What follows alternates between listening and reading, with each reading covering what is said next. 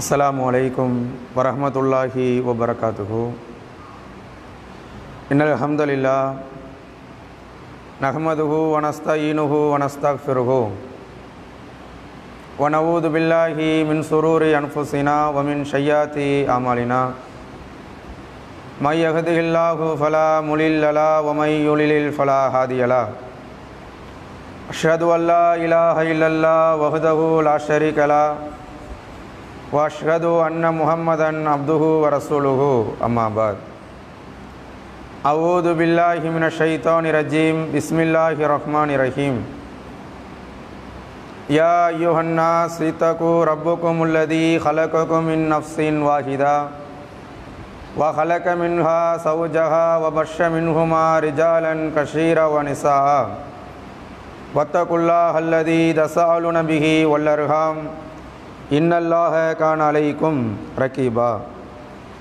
या अय्युहल्लज़ीना आमनु तक़ुल्लाह वक़ूलू क़ौलन सदीदा युस्लिह लकुम अअमालकुम व यग़फिर लकुम दुनूबकुम व मन युतिहिल्लाह व रसूलहु फ़क़द फ़ाज़ फ़ौज़न अज़ीमा।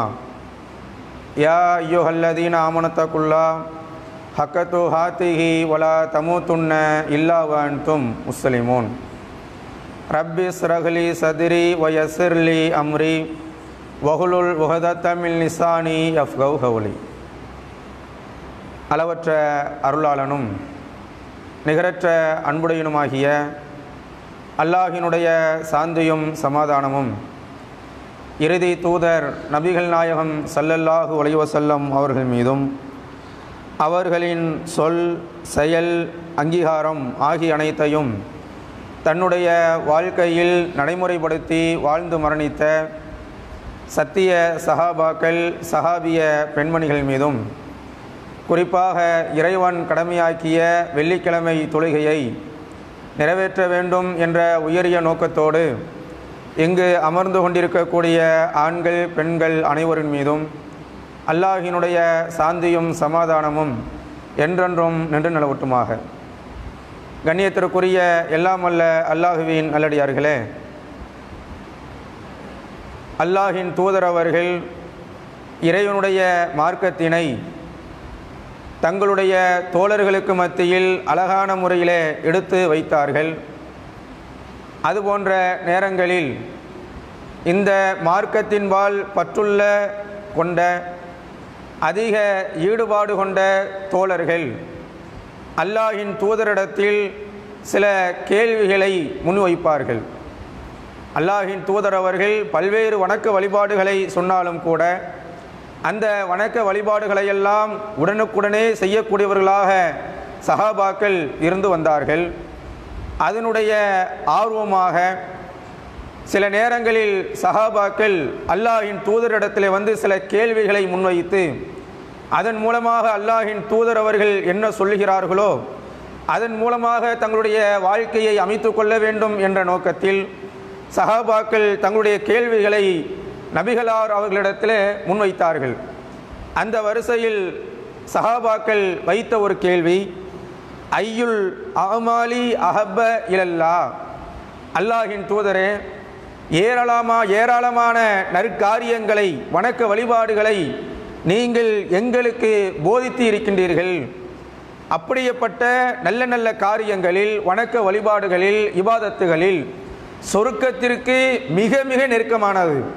எல்லா வணக்க வழிபாடுகளையும் நாம் செய்தோம் என்று சொன்னால் அது நம்மை சொர்க்கத்திற்கு கொண்டு சேர்க்கும், மாற்று கருத்து இல்லை. அதே நேரத்தில் ஒரு காரியத்தை செய்ய போகிறோம், அப்படி செய்தோம் என்று சொன்னால் அது நெருக்கத்திற்கு மிக நெருக்கமான நல்ல அமலாக அது இருக்க வேண்டும்.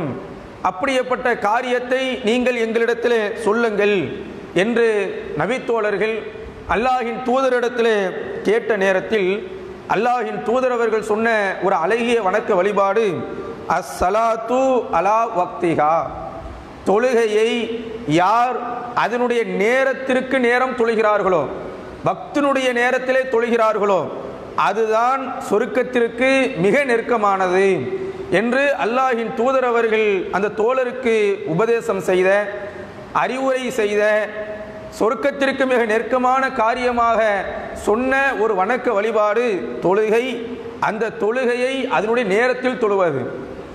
பக்தி இருக்கிறதே, அதனுடைய நேரத்தில் யார் தொழுகிறார்களோ அது சொர்க்கத்தை பெற்றுத்தரும், சொர்க்கத்திற்கு மிக நெருக்கமான காரியமாகவும் அது இருக்கிறது என்று அல்லாஹ்வின் தூதர் அவர்கள் சொல்லி காட்டக்கூடிய ஒரு செய்தி முஸ்லிமில் 138வது செய்தியாக பதிவு செய்யப்பட்டுள்ளது. அதே போன்று அல்லாஹ்வின் தூதருடைய வாழ்க்கை வரலாற்றை நாம் எடுத்து பார்த்தோம் என்று சொன்னால், அவர்கள் பல்வேறு வணக்க வழிபாடுகளை மக்களுக்கு மத்தியிலே போதனை செய்திருக்கின்றார்கள். ஆனால் ஒரு வணக்க வழிபாடை மாத்திரம் தங்களுடைய மரண தருவாயிலும் கூட, எப்படிப்பட்ட தருவாய் என்று சொன்னால் மூச்சு இழுத்து கொண்டு இருக்கிறது. அல்லாஹ்வின் தூதர் அவர்கள் இன்றோ நாளையோ மரணத்தை தழுவ இருக்கிறார்கள் என்று நபித்தோழர்கள் எல்லாம் அப்படிப்பட்ட நிலையிலே இருக்கக்கூடிய நிலையில் அல்லாஹ்வின் தூதர் அவர்கள் தங்களுடைய சஹாபாக்களுக்கு மத்தியிலே அறிவுரை சொன்னார்கள், வணக்க வழிபாடுகளை போதனை செய்தார்கள். அப்படிப்பட்ட நேரத்தில் செய்த ஒரு வணக்க வழிபாடுகளில் ஒன்று என்னவென்று சொன்னால், அல்லாஹ்வின் தூதர் அவர்கள் சொல்லி காட்டுகிறார்கள், தொழுகை பற்றி தான் சொல்லுவாங்க. மரணத்தினுடைய தருவாயில் இருக்கிறாங்க, மூச்சு அங்கும் இங்குமாக இழுத்து கொண்டு இருக்கிறது. அல்லாஹ்வின் தூதர் அவர்கள் இன்றோ நாளையோ மரணத்தை தழுவ இருக்கிறார்கள் என்ற ஒரு கவலையில் சஹாபாக்கள் இருக்கிறாங்க. அப்படிப்பட்ட நிலையிலும் கூட அல்லாஹ்வின் தூதர் அவர்கள் சஹாபாக்களை அழைச்சு என்ன சொல்லுவாங்க தெரியுங்களா? என்னுடைய தோழர்களே, நீங்கள் தொழுகையிலே கவனமற்று இருந்து விடாதீர்கள், தொழுகையை பற்றி பிடித்துக் கொள்ளுங்கள், அது உங்கள் மீது கடமையாக இருக்கிறது, அந்த தொழுகையை நீங்கள் விட்டுவிடக் கூடாது என்று சொல்லி நபித்தோழர்களுக்கு அல்லாஹ்வின் தூதர் அவர்கள் அனுதினமும் அவர்கள் பிரச்சாரம் செய்து வந்தார்கள், அதை போதனை செய்து வந்தார்கள் என்பதை இப்னு மாஜா என்று சொல்லக்கூடிய நூலில் 2688வது செய்தியாக இது பதிவு செய்யப்பட்டுள்ளது. தொழுகை எந்த அளவிற்கு முக்கியம் என்பதை, அது வக்துக்கு அதனுடைய நேரத்திலே தொழுவது எந்த அளவிற்கு முக்கியமான ஒரு வணக்க வழிபாடு, சொர்க்கத்தினுடைய நெருக்கத்தை பெற்றுத்தரக்கூடியதாக அது இருக்கிறது என்பதை அல்லாஹ்வின் தூதர் அவர்கள் வலியுறுத்தக்கூடிய அளவிற்கு, அதனுடைய பண்பை, அதனுடைய சிறப்பை அல்லாஹ்வின் தூதர் அவர்கள் எந்த அளவிற்கு வெளிப்படுத்துறாங்கன்னு சொன்னா, மரணத்தினுடைய தருவாயில இருந்து கொண்டு, நம்ம மரணத்தினுடைய தருவாயில என்ன செய்வோம் தெரியுமா? ஒருவர் மரணத்தினுடைய தருவாயில இருந்தாங்கன்னு வச்சுங்களேன், அவங்களுடைய சொத்துக்களை எப்படி பிரிப்பது, யாருடைய சொத்து யார்கிட்ட கொடுக்கிறது, மூத்த மகனுக்கு எவ்வளவு, இளைய மகனுக்கு எவ்வளவு என்று சொத்துக்களை தான் நாம் பரிமாறிக்கொண்டு இருப்போம். அதை பற்றிய ஒரு கவலை, அதை பற்றிய ஒரு அச்சம், அத்தை மவுத்தாயிட்டா சொத்து யாருக்கு போகுமோ, தம்பி எடுத்துக்குவானோ, அண்ணன் எடுத்துக்குவானோ, இது போன்ற கவலைகள் தங்களுடைய தந்தையினுடைய மரணத்தினுடைய கடைசி நிலையில இருந்து கொண்டு இருக்கும். தந்தை எப்படிதான் இருப்பாரு, சொத்தை எப்படியாவது பிரிச்சு கொடுத்துடணும், நம்முடைய மரணத்திற்கு பிறகு சண்டை போட்டுக்கிட்டு இருக்கக்கூடாது என்பதற்காக அவரும் அதே மனநிலையில் தான் இருந்து கொண்டு இருப்பார். ஆனால் ரசூல் ஸல்லல்லாஹு அலைஹி வஸல்லம் அவர்கள் ஒரு அழகிய வழிகாட்டி, அழகிய தூதர், அவர்கள் எப்படி இருந்தாங்க?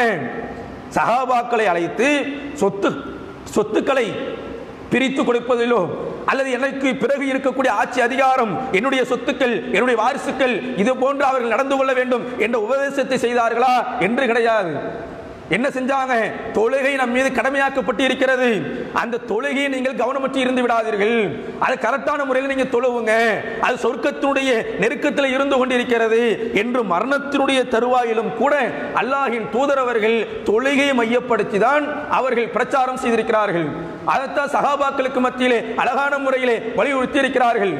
எந்த அளவிற்கு என்று சொன்னால், ஒரு கண் தெரியாத ஒரு சஹாபி அல்லாஹ்வின் தூதரிடத்தில் வராங்க. முஸ்லிம்ல பதிவு செய்யப்பட்ட ஒரு செய்தி. கண் தெரியாத சஹாபிக்கு அவங்க ரசூலாட்ட வந்து கேட்கிறாங்க, அல்லாஹ்வின் தூதரே, எனக்கு கண்ணு சரியாக தெரியவில்லை, பள்ளிவாசலுக்கு வந்துட்டு போற அளவுக்குலாம் எனக்கு கண்ணு தெரியல, அதே போன்று என்னை யாராவது அழைத்து கொண்டு வருவதற்கு, என்னை பிடித்து கொண்டு வந்து பள்ளிவாசலை விட்டு விட்டு போகுவதற்கு யாராவது ஆள் இருக்கிறாங்களான்னு பார்த்தா அதுவும் கிடையாது. இப்படிப்பட்ட நிலையில் நான் வீட்டிலேயே தொழுதுகிட்டுமா என்று சொல்லி ஒரு சஹாபி, கண் தெரியாத ஒரு சஹாபி ரசூல்லாட்ட வந்து கேட்கிறாங்க. அவர் ரசூல்லா சொன்னாங்க, நீங்க வீட்டிலே தொழுதுக்குங்க அப்படின்னு சொல்லிடுறாங்க. முதல்ல சொல்லிவிட்டு அந்த சஹாபி அப்படியே திரும்ப செல்கிறார். உடனே ரசூல்லா மறுபடியும் அழைக்கிறாங்க. முதல் தடவை அனுமதி கொடுத்தாச்சு, வீட்டிலே தொழுதுக்குங்க, கண்ணு தான் தெரியலங்கிறீங்க, யாரையும் அழைச்சிட்டு வர அளவுக்கு உங்களுக்கு வாய்ப்பு இல்லைன்னு சொல்றீங்க, அப்படியானால் நீங்கள் வீட்டிலேயே தொழுது கொள்ளுங்கள் என்று ரசூல்லா சொல்லிடுறாங்க. பிறகு அந்த சஹாபியை திரும்பவும் கூப்பிட்டு ஒரு கேள்வியை முன்வைக்கிறார்கள். தஸ்மவு நிதா பிஸ்ஸலா, பள்ளிவாசல்ல பாங்கு சொல்லுவாங்கல்ல, ஹய்யால ஸலா தொழுகையின் பக்கம் ஆறுங்கள், ஹய்யாலல் ஃபலா வெற்றியின் பக்கம் ஆறுங்கள் என்ற பாங்கோசை ஒலிக்குமே, அந்த ஓசை உங்களுக்கு கேட்குதா இல்லையா அப்படின்னு கேட்கிறாங்க. கண்ணு தெரியாது, ஆனா பாங்கு சொல்லக்கூடிய அந்த வாசகங்கள், அந்த அழைப்புகள் உங்களுக்கு கேட்குதா கேட்கலையா அப்படின்னு கேட்கிறாங்க ரசூலுல்லாஹ். உடனே அந்த சஹாபி சொல்றாங்க, ஃபகால நம், அல்லாஹ்வின் தூதர் எனக்கு நல்லா கேட்குமே, பாங்கு பள்ளிவாசல ஒலிக்கக்கூடிய அந்த பாங்கினுடைய வாசகங்கள் தொலைகின் பக்கம் அழைக்கிறாங்கல்ல, வெற்றியின் பக்கம் அழைக்கிறாங்கல்ல, அந்த பாங்கோசை எனக்கு அழகான முறையில் கேட்கும் என்று அந்த சஹாபி சொன்னவுடன் ரசூல் ஸல்லல்லாஹு அலைஹி வஸல்லம் அவர்கள் சொல்லி காட்டினார்கள், ஃபஅஜிப், அப்படியானால் நீ பள்ளிக்கு வந்துடணும் என்று அல்லாஹ்வின் தூதர் அவர்கள் கண்ணு தெரியாத சஹாபிக்கு கூட பள்ளிவாசல்ல தான் நீ வந்து தொழுகணும் என்ற ஒரு கட்டளையை அல்லாஹ்வின் தூதர் அவர்கள் இட்டிருக்கிறார்கள் என்று சொன்னால், இந்த தொழுகை, பக்தியினுடைய தொழுகை, ஜமாத்தினுடைய தொழுகை எந்த அளவிற்கு முக்கியம் என்பதை இங்கே நாம் ஒவ்வொருவரும் சிந்தித்து பார்க்க வேண்டும். இன்றைக்கு பல்வேறு காரணங்களை நாம் வைத்துக் கொண்டு பள்ளிவாசனுடைய தொடர்பு இல்லாமல், பக்தியினுடைய தொடர்பு இல்லாமல், ஜமாத்தினுடைய தொடர்பு இல்லாமல் இன்றைக்கு நாம் ஆங்காங்கே நாம் தொழுது கொண்டிருக்கிறோம்.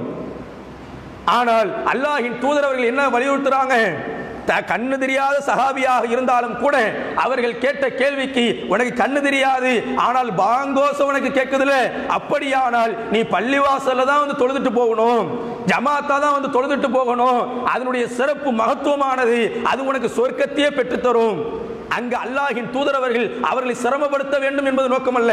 கண்ணு தெரியலையா, உனக்கு என்னதான் சிரமம் இருந்தாலும் சரி பள்ளிவாசல்ல தான் தொழுதுட்டு போகணும், அப்படி சிரமப்படுத்த வேண்டும் என்பதற்காக சொன்ன வார்த்தை அல்ல.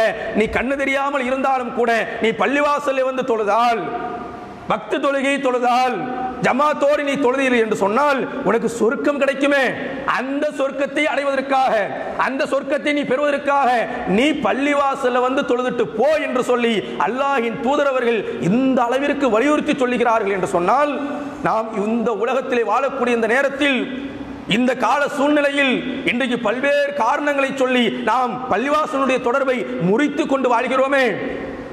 பாங்கோசை கேட்டாலும் கூட அது பள்ளிவாசல் தானே சொல்லப்படுகிறது, நான் ஆங்காங்கே தொழுது கொள்வேன் என்று சொல்லி மற்ற மற்ற இடங்களிலே தொழகக்கூடியவர்களாக இருந்தாலும் சரி, அப்படி தொழுகையே இல்லாமல் இருந்தாலும் சரி, இந்த சம்பவம் என்பது, இந்த ஹதீஸ் என்பது ஒவ்வொரு மனிதனுக்கும் மிகப்பெரிய அளவிற்கு முன் மாதிரியாக இருந்து கொண்டிருக்கிறது. கண்ணு தெரியாத சஹாபிக்கே இப்படி ஏற்பட்ட ஒரு வலியுறுத்தக்கூடிய ஒரு செய்தி என்று சொன்னால், நம்மளுடைய நிலையில யோசிச்சு பாருங்க. ரசூலுல்லாஹ் இப்படி சொல்லிட்டு அவங்க தொழுகையில பின்வாங்கி இருந்தாங்களா என்று பார்த்தால் அதுவும் கிடையாது. ஆரோக்கியமான முறையில் இருந்த பொழுதிலும் அல்லாஹ்வின் தூதர் அவர்கள் தொழுகையின்பால் கவனம் செலுத்தினார்கள். பள்ளிவாசலிலே தொழுகை நிலைநாட்டக்கூடியவர்களாக இருந்தார்கள். ஐவேளை தொழுகைக்கும் பள்ளிவாசலை ஒன்று கூடுவார்கள். அவர்களை பார்த்து ஒட்டுமொத்த சஹாபாக்களும் அந்த பள்ளிவாசலை ஒன்று கூடி அவர்கள் வணக்க வழிபாடுகளை நிறைவேற்றக்கூடியவர்களாக இருந்தார்கள். அப்படிப்பட்ட நபியவருடைய வாழ்க்கையில் ஒரு தருணம், அது எப்படிப்பட்ட தருணம், அல்லாஹ்வின் தூதர் அவர்கள் நடக்க முடியாத ஒரு தருணம். இன்னைக்கு நம்மளாம் நல்லா நடக்கிறோம், நல்ல ஒரு திலகாத்திரமான உடலை இறைவன் நமக்கு வழங்கியிருக்கிறான், மாற்று கருத்து இல்லை. ஆனால் நபி அவர்கள் ஒரு கட்டத்தை அடைகிறார்கள், அந்த நேரத்தில் நடக்க முடியாத ஒரு தருணத்தை அடைகிறார்கள். இரண்டு கால்களையும் மூன்றி நடக்க முடியாத ஒரு தருணம், பள்ளிவாசலுக்கு சென்று தொழுக முடியாத ஒரு தருணம். அப்படிப்பட்ட நேரத்தில் அல்லாஹ்வின் தூதர் அவர்கள் செய்த ஒரு காரியம் என்ன தெரியுமா? கால் தான் நடக்க முடியலையே, காலில் இரண்டு காலையும் தானாக நடந்து செல்லக்கூடிய அளவிற்கு இப்போது நமக்கு ஆற்றல் இல்லை, வலிமை இல்லை. எனவே தொழுகையினுடைய பள்ளிவாசலுடைய தொடர்பு நமக்கு வேண்டாம் என்று அல்லாஹ்வின் தூதர் அவர்கள் ஒதுக்கி வைத்தார்களா என்று பார்த்தால் கிடையாது. தங்களுடைய வீடுகளிலே தொழுதார்களா என்று பார்த்தால் கிடையாது. அல்லாஹ்வின் தூதர் அவர்கள் இரண்டு சஹாபாக்களை அழைத்தார்கள். அப்பாஸ் என்று சொல்லக்கூடிய ஒரு சஹாபி, இன்னொரு சஹாபி, இரண்டு சஹாபாக்களையும் அழைத்தார்கள். என்னுடைய தோழர்களே, இதோ என்னுடைய வீட்டிற்கு வாருங்கள், நான் பள்ளிவாசலுக்கு போக வேண்டும், தொழுகையை நிலைநாட்ட வேண்டும், பக்தினுடைய தொழுகையை நிலைநாட்ட வேண்டும், அதன் மூலமாக சிறந்த அமலை செய்து சொர்க்கத்துடைய பரிசை நான் பெற வேண்டும். எனவே என்னுடைய வீட்டிற்கு நீங்கள் வாருங்கள், நான் தொழுகைக்கு செல்ல வேண்டும். எனவே நான் எப்படி பள்ளிவாசலுக்கு செல்வேன் தெரியுமா? அல்லாஹ்வின் தூதர் அவர்கள் செயல் வடிவம் வடித்து காண்பித்தார்கள். எப்படி என்று சொன்னால், இரண்டு சஹாபாக்களையும் அழைத்தார்கள். வலதுபுறம் ஒரு சஹாபி, இடதுபுறம் ஒரு சஹாபி, இரண்டு புறமும் அந்த சஹாபாக்களை நிற்க வைத்து அவருடைய தோளின் மீது தங்களுடைய கைகளை போட்டுக்கொண்டு அப்படியே பள்ளிவாசலுக்கு அந்த தோழர்கள் அழைத்து செல்கிறார்கள். அந்த நேரத்திலே ஹதீஸ்களிலே பதிவு செய்யப்பட்டிருக்கிறது, அல்லாஹ்வின் தூதர் அவர்கள் நடக்க முடியாமல் அவருடைய கால்கள் தரையிலே கோடு போட்டுக்கொண்டே போனது. எப்படிப்பட்ட ஒரு சம்பவம் பாருங்க. அல்லாஹ்வின் தூதர் அவர்களால் நடக்க முடியல, கால தன்னால ஊன்றி நடக்க முடியாத ஒரு சூழ்நிலை, அந்த அளவிற்கு நோய்வாய்ப்பட்டு இருக்கிறார்கள். திடகாத்திரமாக இருந்த ஒரு தோழர், ஒரு தூதர், போர் என்று சொன்னால், வீரம் என்று சொன்னால் அனைத்திற்கும் முன்மாதிரியாக தன்னுடைய வீரத்தை, தியாகத்தை காண்பித்த ஒரு தூதர் நபிகள் நாயகம் ஸல்லல்லாஹு அலைஹி வஸல்லம் அவர்கள். அந்த நபிகள் நாயகம் ஸல்லல்லாஹு அலைஹி வஸல்லம் அவர்கள் நோய்வாய்ப்படுகிறார்கள். பள்ளிவாசலுக்கே செல்ல முடியாத ஒரு சூழ்நிலை, கால்களால் ஊன்றி நடக்க முடியாத ஒரு சூழ்நிலை. அந்த நேரத்திலும் கூட அவர்களுடைய ஆர்வம் எங்கே இருந்தது தெரியுமா? பள்ளிவாசலை நோக்கி தான் இருந்தது. எப்படியாவது பள்ளிவாசலுக்கு போயிருந்தோமே, ஒரு நாள் கூட, ஒரு வக்துக்கு கூட நான் பள்ளிவாசலுடைய தொடர்பை முறித்துவிடக் கூடாது என்பதற்காக அல்லாஹ்வின் தூதர் அவர்கள் பள்ளிவாசலை நோக்கி செல்ல வேண்டும் என்பதற்காகவே, கால்கள் நடக்க முடியாவிட்டாலும் கூட தங்களுடைய தோழர்களை அழைத்துக் கொண்டு பள்ளிவாசலை நோக்கி வந்தார்களே, அவர்கள் அழகிய முன்மாதிரி என்று சொல்கிறோமே, இதில் தான் நமக்கு முன்மாதிரி. அழகிய தூதர் என்று சொல்லி காட்டுகிறோமே, இதிலே நாம் முன்மாதிரியாக எடுத்துக்கொள்ள வேண்டும். இறைவன் தன்னுடைய திருமறை குர்ஆனிலே சொல்லி காட்டுகிறான், வமா அர்சல்நாக இல்லா ரஹ்மத்தல் லில் ஆலமீன். இந்த முஹம்மது இந்த அகிலத்தாருக்கு அருளாகவே அனுப்பப்பட்டு இருக்கிறார். சும்மா சொல்லிட்டு போகணும் என்பதற்காக அல்ல, பேசிவிட்டு போக வேண்டும் என்பதற்காக அல்ல, தங்களுடைய வாழ்க்கையை முழுக்க முழுக்க அருளாக அல்லாஹ்வுடைய திருப்பொருத்தத்தை பெற வேண்டும் என்பதற்காக மாற்றிய ஒரு தூதர் நபிகள் நாயகம். அவர்களைத்தான் நாம் தூதராக ஏற்றுக்கொண்டிருக்கிறோம், அவர்களைத்தான் நாம் வழிகாட்டியாக ஏற்றுக்கொண்டிருக்கிறோம். அப்படியேப்பட்ட நாம் இந்த தொழுகையில் கவனமற்று இருக்கலாமா? யோசித்து பார்க்க வேண்டும். இன்றைக்கு பல்வேறு காரணங்களை சொல்லி இன்றைக்கு தொழுகையில் இருந்து, பள்ளிவாசலுடைய தொடர்பில் இருந்து நாம் விலகி இருக்கிறோம். ஜமாத்து தொழுகை என்னைக்காவது ஒரு நாள், வாரத்திற்கு ஒரு நாள் கிடைக்கிறது, வெள்ளிக்கிழமை கிடைக்கிறது. அந்த நாளில் பள்ளிவாசலில் கூடி ஜமாத்தாக நின்று தொழுதோம் என்று சொன்னால் இறைவன் தங்களுடைய பாவங்களை மன்னித்து விடுவான் என்று நாம் நினைத்துக் கொண்டிருக்கிறோம். மன்னிப்பான், மாற்று கருத்து அல்ல. அதை விட பன்மடங்கு நம்முடைய பாவங்கள் அன்றே போக்கப்பட வேண்டும் என்று சொன்னால் ஒரு வாரம் சேர்த்து வச்சு அன்னைக்கு நாம் பாவங்களை கழிப்பதை விட, அது கூட உத்தரவாதம் கிடையாது. வர வெள்ளிக்கிழமை வரைக்கும் நம்ம உயிரோடு இருப்போமான்னு சொல்லி யாருமே சொல்ல முடியாது. குல்லு நஃப்ஸி ஸாயிகத்துல் மௌத், ஒவ்வொருவரும் மரணத்தை தழுவக்கூடியவர்களாக இருக்கிறோம். சும்ம இலைனா துர்ஜவுன், பின்னர் அல்லாஹ்விடமே நாம் கொண்டு செல்லப்பட இருக்கிறோம். நான் இப்பதான் மரணிப்பேன், வர வெள்ளிக்கிழமை வரைக்கும் நான் இருப்பேன், யாரும் உத்தரவாதம் சொல்ல முடியாது. அன்னைக்கு அந்த வக்தினுடைய தொழுகையை அழகிய முறையில் நாம் நிலைநாட்டினோம் என்று சொன்னால் அதனுடைய பரிசை அல்லாஹ்வின் தூதர் அவர்கள் எந்த அளவிற்கு சொல்லி காட்டுகிறார்கள் என்று சொன்னால், தொழுங்கள், தொழுகை நிலைநாட்டுங்கள், அதன் மூலமாக உங்களுக்கு பாக்கியம் இருக்கிறது, சொர்க்கம் இருக்கிறது என்றெல்லாம் சொல்லி காட்டிய அல்லாஹ்வின் தூதர் அவர்கள் ஒரு இடத்திலே சொல்லி காட்டுகிறார்கள். புகாரியில் 6823வது செய்தியாக அனஸ் என்று சொல்லக்கூடிய ஒரு நபி தோழர் அறிவிக்கிறாங்க. பள்ளிவாசலுக்கு ஒரு சஹாபி வராங்க, ரசூலுல்லாஹ் வந்து சந்திக்கிறாங்க. சந்தித்து விட்டு சொல்கிறார்கள், அல்லாஹ்வின் தூதரே, நான் ஒரு குற்றத்தை செய்து விட்டேன். அந்த குற்றம் எப்படிப்பட்டது என்பதை அல்லாஹ்வின் தூதர் அவர்கள் கேட்கல. ஆனா அந்த சஹாபியா சொல்றாங்க, அல்லாஹ்வின் தூதரே, நான் ஒரு குற்றம் செய்து விட்டேன், அந்த குற்றத்தினுடைய பரிசு என்ன தெரியுமா? நரகம்தான், அது எனக்கு நல்லாவே தெரியும் என்று இவங்களாவே வாக்குமூலம் கொடுக்கிறாங்க. குற்றத்தையும் சொல்லல, ஆனா மேம்போக்காக சொல்லி காட்டுகிறார்கள், அல்லாஹ்வின் தூதரே, நான் ஒரு குற்றம் செய்து விட்டேன், அந்த குற்றத்தினுடைய பரிசு நரகம்தான் என்பது எனக்கு நன்றாக தெரியும், இப்ப நான் என்ன செய்ய என்று சொல்லி அந்த சஹாபி ரசூலுல்லாஹ்ட்ட வந்து கேட்கிறாங்க. ரசூலுல்லாஹ் அமைதியா இருந்துறாங்க. தொழுகையினுடைய நேரம் வருகிறது, பக்தினுடைய நேரம் வருகிறது, இக்காமத்து சொல்லப்படுகிறது.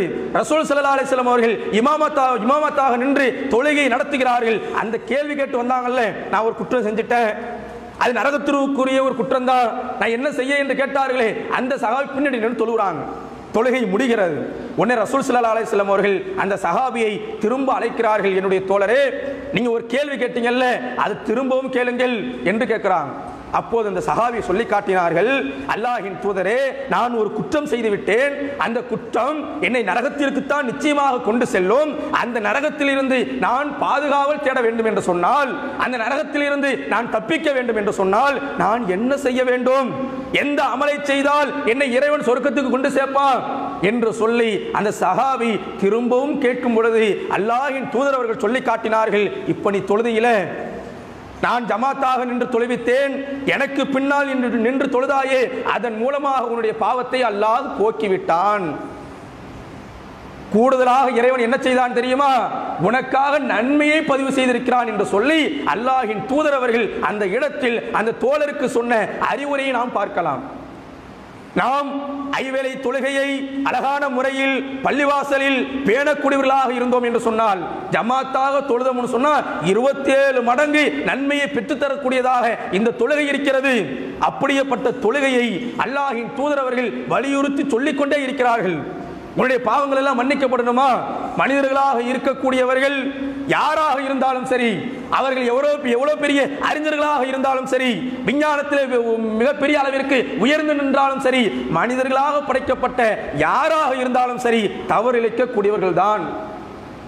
அப்படியேப்பட்ட மனிதர்களுக்கு இறைவன் ஒரு அறிவுரை சொல்லி காட்டுகிறான். மனிதர்களே, நீங்கள் தவறுக்கு அப்பாற்பட்டவர்கள் கிடையாது. தூதர்மார்களாக இருந்தாலும் கூட அவர்கள் தவறுகள் இழைத்திருக்கிறார்கள். அப்படியேப்பட்ட தவறுகளில் இருந்து நீங்கள் காப்பாற்றப்பட வேண்டும் என்று சொன்னால், நீங்கள் செய்த பாவங்கள் மறுமையிலே கொண்டு வரப்பட்டு அதன் மூலமாக விசாரணை செய்யப்பட்டு அதன் மூலமாக நரகத்திலே உங்களை தூக்கி வீசக்கூடாது என்று சொன்னால், நீங்கள் உலகத்திலே தொழுகையை நிலைநாட்டுங்கள், தொழுகையை பேணுங்க. அந்த தொழுகை உங்களுடைய பாவங்களை போக்கிக்கிட்டே இருக்கும். ரசூல் ஸல்லல்லாஹு அலைஹி வஸல்லம் அவர்கள் நமக்கு அழகான முறையில் சொல்லி காட்டுகிறார்கள். நம்ம செஞ்ச பாவத்தை நாமே போக்க வேண்டும் என்று சொன்னால் நாம் தொழுகையை நிலைநாட்டினால்தான். நம்ம வாரத்துக்கு ஒரு நாள் வந்துட்டு நம்ம தொழுகை இப்படி தொழுதுகிட்டு இருந்தோம்னு வச்சுங்களேன், நம்முடைய பாவங்கள் போக்கப்படாது. அது அப்படியே சேமிக்கப்பட்டு நரகத்திலே மறுமை நாளிலே மிகப்பெரிய மூட்டையாக சேமித்து நம்மை அது நரகத்திலே தூக்கி வீசக்கூடியதாக இருக்கும். அப்படி நம்முடைய வாழ்வு இருந்துவிடக் கூடாது என்று சொன்னால் தொழுகையில் நாம் கவனம் செலுத்துவோம். அதுவும் குறிப்பாக பள்ளிவாசலில் வந்து தொழுகக்கூடிய ஒரு பாக்கியத்தை, ஒரு வாய்ப்பை நாம் ஏற்படுத்திக் கொள்ளக்கூடியவர்களாக இருக்க வேண்டும். இறைவன் தன்னுடைய திருமறை குர்ஆனிலே சொல்லி காட்டுகிறான், இன்ன ஸலாத்த கானத் அலல் முஃமினீன கிதாபம் மௌகூதா. தொழுகை முஸ்லிம்களுக்கு நேரம் குறிக்கப்பட்ட கடமை, நேரம் குறிக்கப்பட்ட கடமை என்று சொல்லி இறைவன் தன்னுடைய திருமறை குர்ஆனிலே சொல்லி காட்டுகிறான். அப்படியேப்பட்ட தொழுகையை நாம் அழகிய முறையில் பேணக்கூடியவர்களாக இருக்க வேண்டும். பேணக்கூடியவர்களாக இருந்தாலும் நாம் பள்ளிவாசலுடைய தொடர்பை ஏற்படுத்தி கொண்டு ஐவேளை தொழுகைக்கும் எப்படியாவது சில நேரங்களில் அங்கங்க போக மாற்றுக்கிறதே கிடையாது.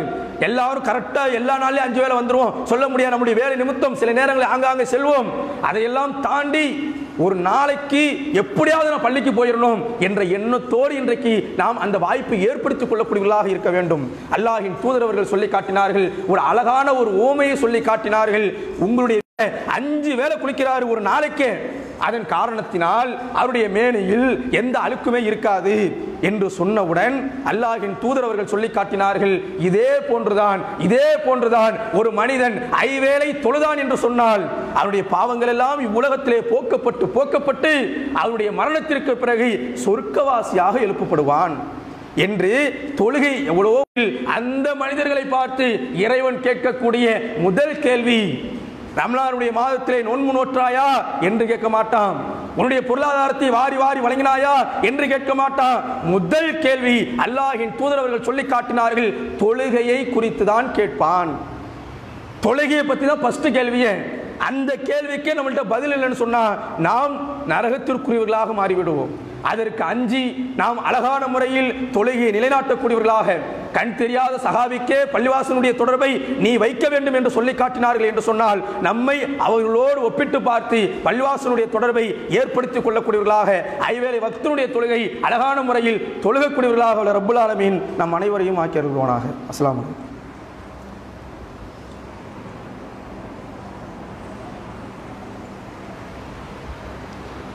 அஸ்ஸலாமு அலைக்கும் வரஹ்மத்துல்லாஹி வபரகாத்து. அல்லாஹ்வின் தூதர் அவர்கள் சொர்க்கத்திற்கு செல்லக்கூடிய பல்வேறு வணக்க வழிபாடுகளை நமக்கு சொல்லியிருக்கிறார்கள். அதிலும் குறிப்பாக துஆக்களின் மூலமாக, பிரார்த்தனைகளின் மூலமாக நாம் சொர்க்கத்தை அடையலாம் என்றும் அல்லாஹ்வின் தூதர் அவர்கள் பல்வேறு இடங்களிலே சொல்லி காட்டுகிறார்கள்.